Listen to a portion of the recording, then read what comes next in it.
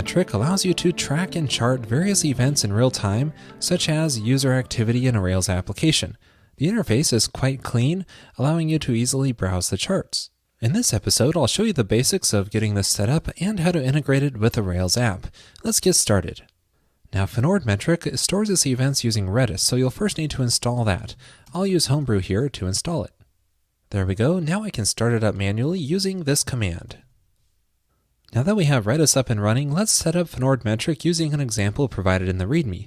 Unfortunately, I had some trouble with the simple example out of the box. However, the full example provided here is a good showcase of what FnordMetric is capable of. So I'll make a new file here. I'll just call it fullexample.rb. And then I'll just paste in the example code provided by the README. Let's try running this.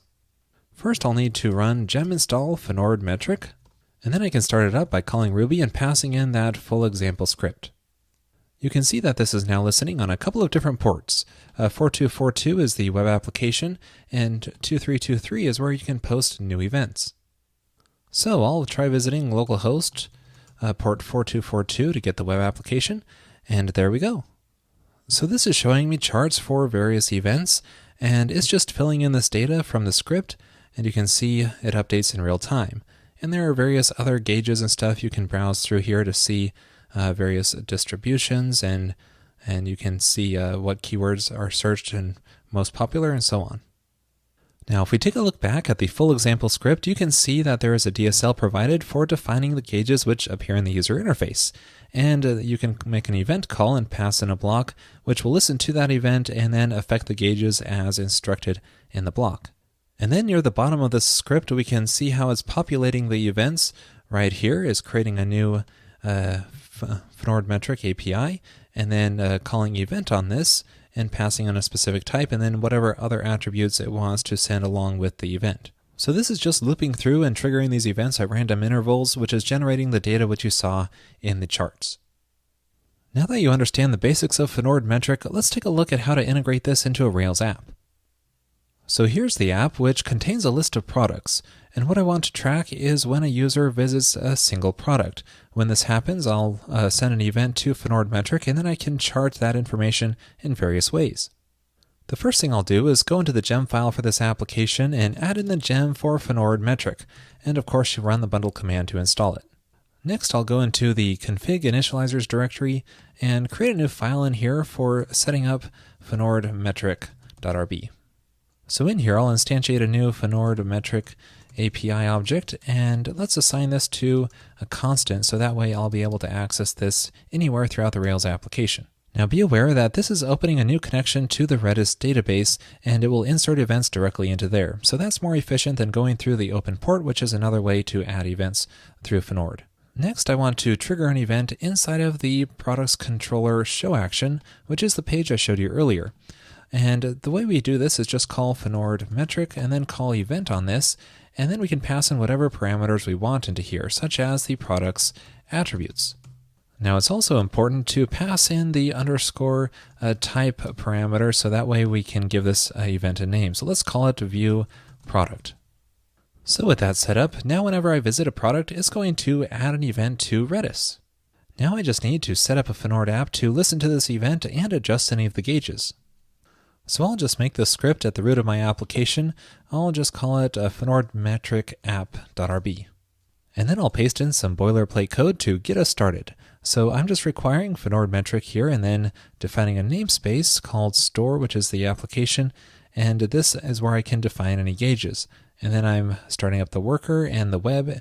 And notice I'm not starting an acceptor because I can define events and add them directly into Redis.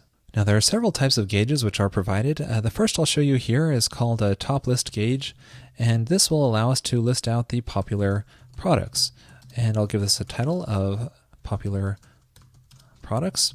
And then next I need to make a new event listener, so I'll listen to the view product event and then pass in a block. Now I can instruct this event to observe the popular products gauge we just set up, and then tell it to use the name of the product in the list. So this data hash is what we sent in through the Rails application when we triggered this event. All right, now I can start up that FnordMetric app, and this will launch it on port 4242. And when I visit that, I get this blank page, and it's currently on this active users section, which I believe primarily just shows you the events that have come in, but no events have come in at the moment. And if I check out the popular products gauge I set up, you can see this will list out the products that have been visited, but currently nothing is here. Now off camera, I went to a product in the Rails app, so let me try refreshing this, and there's the product. And I just visited several other products as well, and then refreshing this shows them all listed here, with the most visited at the top.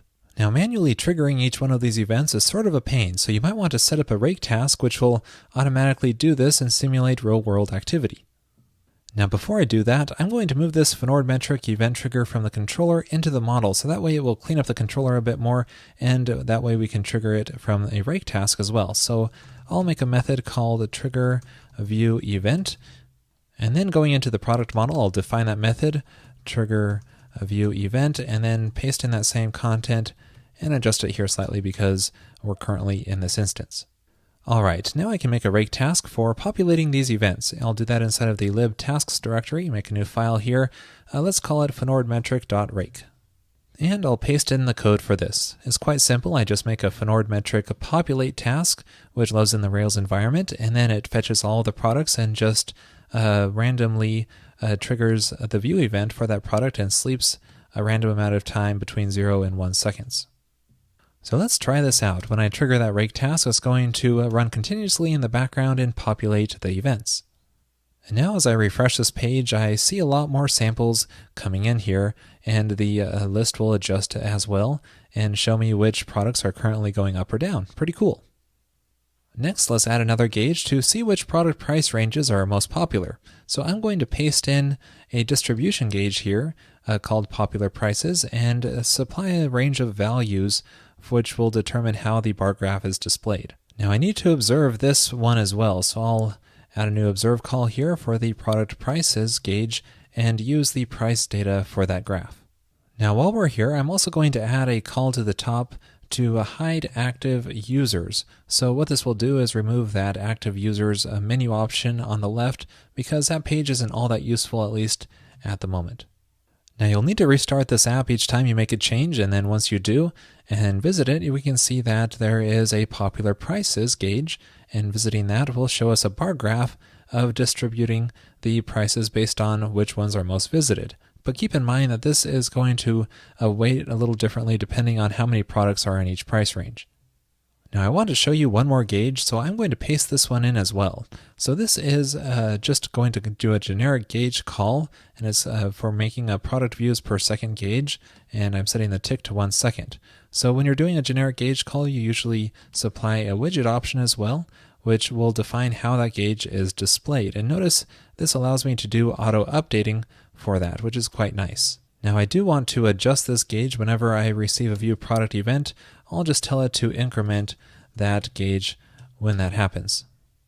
So now when I restart the app and visit it, it's showing me the product views widget, which I defined, and has this graph here which auto updates for each hit that's coming in to the products, and you can see the activity live right here. Really cool. Well, that's it for this brief look at FnordMetric. If you want to track events in your Rails application, definitely check it out. Unfortunately, I didn't find a whole lot of documentation on this gem yet. Probably the best source is just the full example that's provided down here, but I expect that it will be improved later on. Maybe we can get a full wiki of documentation up soon. Also, if you're deploying this to production, you're currently on your own on how best to do that.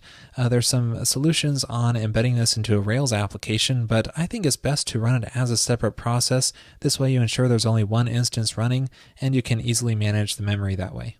Well, that's all I have for this episode, but a quick reminder before I go, in case you missed the announcement, starting this week I'm switching to 2 episodes per week, and this means that free episodes will be every other week. If you have any questions or comments on that, please feel free to email me at ryan@railscast.com. In the pro episode this week, I show you how to create template handlers in Rails. It's surprising how making something as simple as a Ruby template can really bring a lot of power and flexibility to your views. To watch that episode and gain access to all previous Pro and revised episodes, visit railscast.com/pro, and you can sign up there for just $9 per month.